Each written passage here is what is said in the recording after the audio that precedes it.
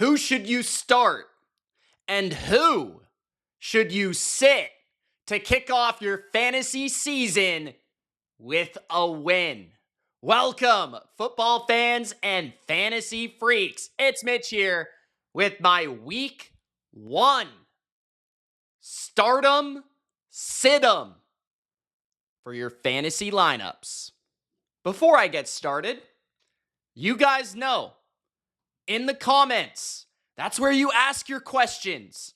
I'll answer any lineup questions, whether the player's in this video or not. Let me know in the comment section below who you want advice on. Wide receivers, running backs, quarterbacks, tight ends, streaming defenses, whatever you need, get in the comments and ask your question. I'll answer any question up to about 30 minutes before kickoff. And then I probably won't. So get those questions in the comment section below. Of course, like the video for weekly NFL stardom sit-em advice. And let's get to the starts and sits to kick off your season in the right way. Because none of us want to start the season 0-1 in fantasy. Come on, we're the embarrassment of the league. We want to be at the top. We want to start strong. We want to start fast. So we can do that with some quarterbacks. Getting a nice little week out of some quarterbacks would be nice. And guys, just to throw this out there, I'm not going to be listing any obvious starts in my videos. I'm not a jabroni. I'm a real analyst, all right? I'm going to give you the guys that are on the borderline, the guys that maybe you're considering playing, maybe you're not, maybe in a deeper league, you need to know this advice. So, at quarterback, I like Michael Penix to kick it off. Michael Penix is playing Tampa Bay. Tampa, one of the worst defenses in football against the pass last year. And last season, Atlanta absolutely lit them up. Kirk Cousins played in both games, so Penix did not see the Bucs up close and personal, which might actually be a good thing. It could be a bad thing because Todd Bowles is very creative with his blitzes and his simulated looks and all that stuff. But what really gives me confidence here is not only is Drake London a stud, Bijan Robinson a stud, Darnell Mooney, who I believe is going to play, pretty underrated receiver, and I do believe these receivers have good matchups against these Tampa Bay corners, but Kirk Cousins shredded Tampa last year, and Cousins was not himself last year. He threw for 8 touchdowns in 2 games, so that's 4 touchdowns per game, essentially. 785 yards in 2 games. One of them, he threw 500, okay? So Cousins absolutely shredded Tampa. Tampa might be a bit better on defense this year, a bit deeper in their secondary, a bit healthier to start the year. But what I love here is Zach Robinson's approach to their offense and what he did to Todd Bowles last year. Trevor Lawrence against Carolina. Look, Trevor Lawrence, I do believe will have a big year this year. I think he's going to have a bounce back year for his career and the direction of his career, because if he doesn't, he might be in jeopardy of getting traded, released. He might not be looked at as a top tier guy any longer, a franchise future guy, right? And Liam Cohen is here to install confidence in Trevor Lawrence. They drafted Travis Hunter. They have Brian Thomas. They just traded for Tim Patrick. They have Brenton Strange, ETN out of the backfield, right? This offense against what was arguably the worst defense in NFL history last year. Carolina had, from a statistical perspective, one of the worst defenses we've ever witnessed. So I expect Lawrence here with Liam Cohen, who absolutely lit up Carolina last year in Tampa Bay, calling plays for Baker Mayfield. I expect Lawrence to go crazy in his first game at home against the worst defense and worst pass rush in the NFL. Drake May is a good start against the Raiders. May is going to be a fantasy cheat code this year. I think that he's going to be a rushing threat on all downs, but also in the red zone this year, where I do believe Josh McDaniels will take care of those designed runs that Drake didn't get last year. I think that Drake will run for more touchdowns than people expect. That gives him a nice little floor. On top of that, Josh McDaniels has had plenty of success against Pete Carroll-led defenses where they play that classic Seattle scheme. Drake May will have all the film of Tom Brady and Cam Newton shredding them up in recent outings under Josh McDaniels. I think May will get the ball out quick to his receivers. I think he'll be efficient as a runner, and I think he'll put up a nice day for your fantasy team. So that's how you kick it off, with some nice little quarterbacks to give you a base of your fantasy lineup. Then we have the sits at the quarterback position. I'd start the three guys that I mentioned over all three of these guys. Justin Fields, I would sit. He's playing his former team, the Pittsburgh Steelers. Mike Tomlin knows him well. Mike Tomlin leads this Steeler defense that has arguably the best pass rush in all of football, that is going to suffocate the pocket, has plenty of experience defending mobile quarterbacks, including Jaden Daniels last year, and of course, 2 times a season, Lamar Jackson. Fields will not be able to run. He'll hold the ball. He'll get strip sacked. He'll get knocked over. He will get pressure, and that's probably going to be bad for Justin Fields. I don't see them scoring a lot of points. I expect the Jets to have under 17 in this game. I would sit Fields. J.J. McCarthy, it's his first ever NFL game. It's on the road. It's Monday Night Football against one of the best, in my opinion, one of the most underrated and arguably one of the best secondaries in the NFL. Jalen Johnson is a good corner to match up with Justin Jefferson. They do have Dennis Allen. Dennis Allen's a creative defensive coordinator on blitzing downs and third downs and sub-package downs. So the new element of their defense is a bit tough to kind of determine. And I feel like this is going to be more of a low-scoring game. I don't think the Vikings are going to put JJ on the road in a hostile Chicago environment in jeopardy of throwing many turnovers, interceptions, mistakes, taking sacks. They're going to run the ball, play defense, count on Brian Flores' unit to win this game. So I think JJ is not a very high upside start. Also, Chicago not very good against the run last year, right? Like, they were 29th in yards per attempt against the run. So I do expect Jones and Mason to get more work in this game. Matthew Stafford against Houston. Houston might have the most terrifying defense in the NFL. Stafford has a back injury. Even in a 2-quarterback league, if you have a third option, I'd look to maybe sit Stafford. Yeah, he does have Puka Nacua. Yeah, he does have Devontae Adams. But it's Derek Stingley, it's Kamari Lassiter, it's Daniil Hunter, it's Will Anderson. It's a ferocious DeMeco Ryans defense that's proven to give Stafford some problems in the past. I think that the Texans are just too good of a defense to mess around and play a guy like Stafford, who's a pocket-centric quarterback, doesn't give you that rushing upside. This is probably going to be a lower scoring game. My running back starts. I have James Conner as I guess like one of the more obvious starts of this video, but I wanted to mention him because James Conner is one of those backs that is more seen as an RB2. I think he's definitely worth plugging in, and I think he'll give you RB1 production this week. He plays the second worst run defense from last year in yards per attempt allowed, and the Cardinals were second best in the NFL at running the football in yards per attempt. Conner's also the engine of this offense, especially early in the year. They're going to want to throw him the ball on screens. They're going to want him to run the ball 15 to 20 times. They're going to be in the lead as 6.5-point favorites. Conner is going to run all day, all over the New Orleans Saints. Also, it's in a dome on the road. You don't really want to be passing 30 times if you can help it. So I feel like the Cardinals will run the ball well. Tyrone Tracy versus Washington. Washington struggled to stop the run last season. They ranked 31st in yards allowed, 143 yards per game. Tracy is an electric runner with good vision. He should be able to pop off 1 or 2 big gains here. He's an effective screen player. I think that Brian Daboll will get him going. I think people are sleeping on Tracy in general. And in order to demand the game, control the game, and keep Jaden Daniels on the sidelines, the Giants will want to run the ball with Tracy. So I expect him to have a good game. Ramondre Stevenson is a bit of a sneaky start. I expect New England to win against the Raiders, but I think the Raiders have some susceptibilities against the run. They weren't fantastic against the run last year, but more so has to do with their defensive line lineup. Their defensive tackle position is very weak. Their linebackers are not great. And yeah, they like to stack the box, but I do believe Josh McDaniels and this Patriots running game is going to be one of the most underrated in football. They love to utilize a fullback. They love to get into heavy formations, multiple tight ends. And I do believe that Drake May's ability to run off of that action is going to make them very dangerous. Stevenson earlier in the year is going to be a flexible player because he's going to get 10 at least carries a game. Travion's not going to get a workhorse role until maybe potentially later in the year. But I believe Stevenson is going to be involved all the way. And Stevenson is that classic Patriot early down running back. He could score a touchdown in this game. He looked really slim and sharp in the preseason.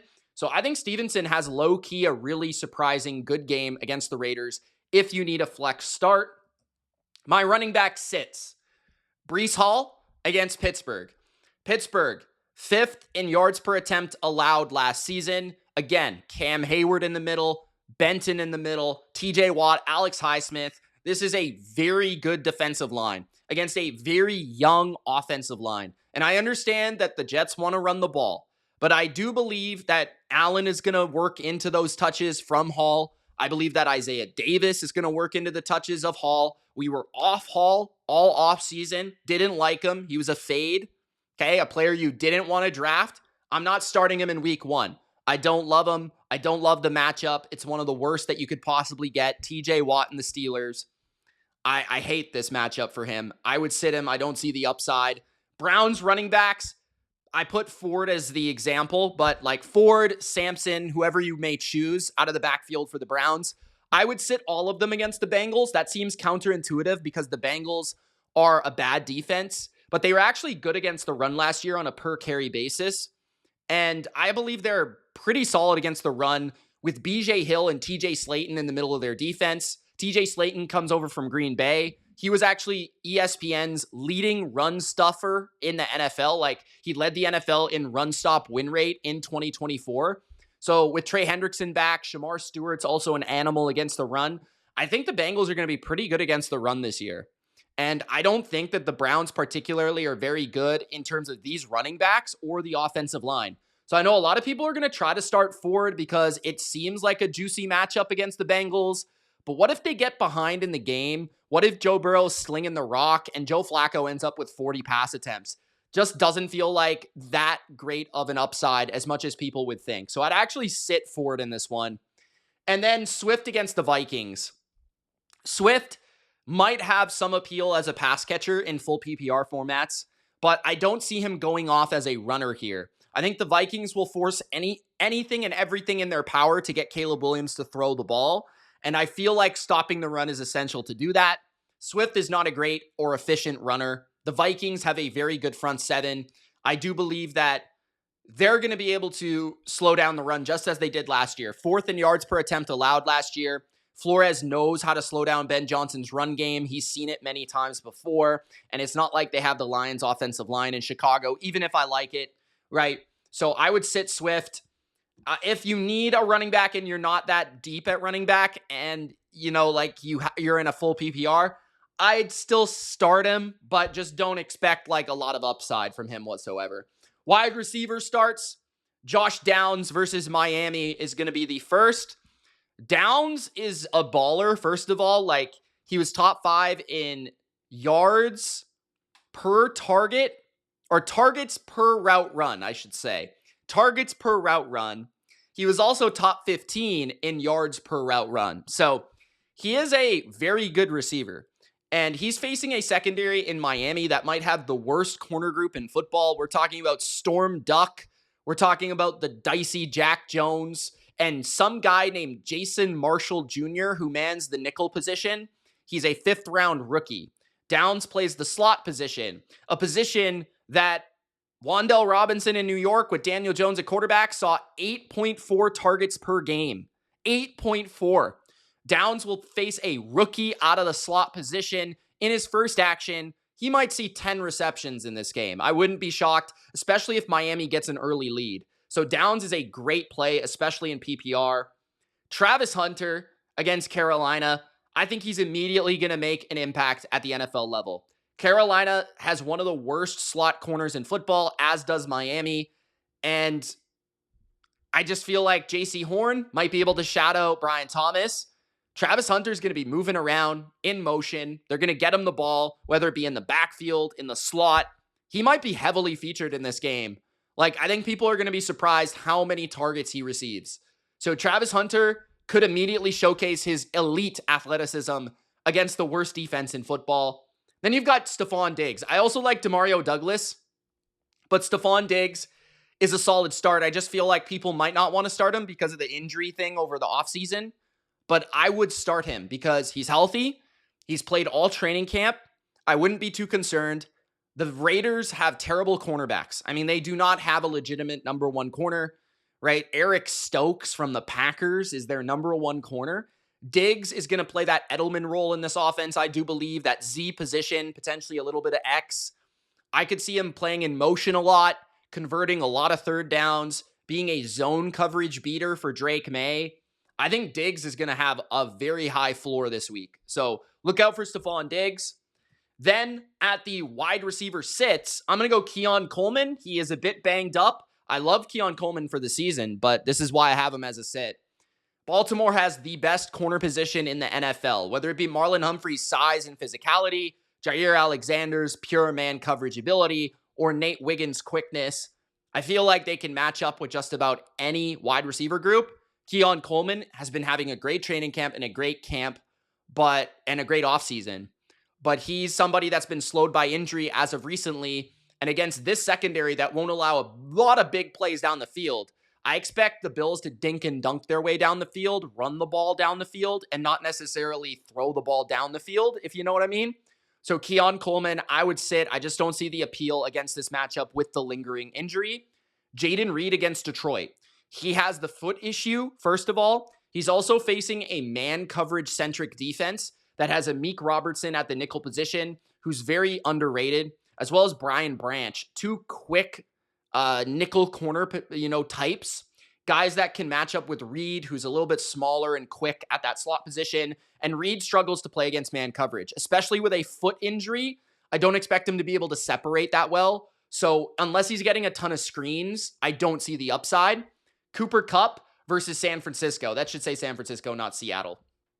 Maybe I'm still used to him playing in the Rams, but yeah, I got that wrong. Yeah, either way, we're going to get a graphic wrong here and there, but you know what I mean.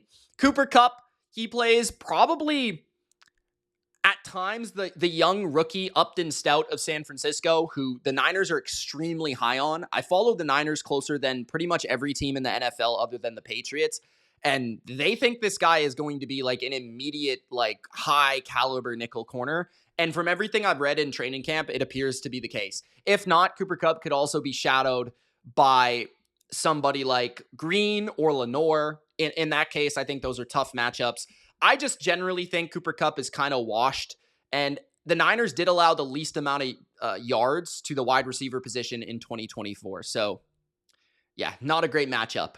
Then we have the tight end sits and starts. We have Kyle Pitts against Tampa Bay. If you're going to play him, you should play him now. Kyle Pitts plays the defense that allowed the second most yards to the tight end position in 2024. They're weak in the middle of the field. Levante David's getting old, and his speed and range isn't the same, and their second linebacker is just not good. And they also have some safety questions as well, other than Antoine Winfield. So Kyle Pitts could eat in the middle of the field. Michael Penix seemed to love him in training camp and seemed to really feature him in big moments last year when he got to play with him. So Kyle Pitts, if you're ever going to play him now. David Njoku, he plays Cincinnati, who were the worst team against tight ends last year. They have new linebackers, so their assignments and their communication might be a little off, as well as the fact that this is just a defense that leaks in the middle of the field. Like, they give up so many explosives. Joe Flacco loves David Njoku, featured him heavily in that season that they made the playoffs together. So I think Njoku is a great start at the beginning of the season. Hunter Henry against the Raiders. The Raiders were bottom 5 in yards to the tight end in 2024. Hunter Henry scored nearly 10 touchdowns under Josh McDaniels in 2021. And he was basically Drake May's favorite target last year. So he's a chain mover. He's a red zone threat. He probably will score a touchdown in this game. I wouldn't deny that. The tight end sits. Evan Ingram versus Tennessee. Tennessee, low-key, very good against tight ends last year. Second best against tight ends in yards allowed last season.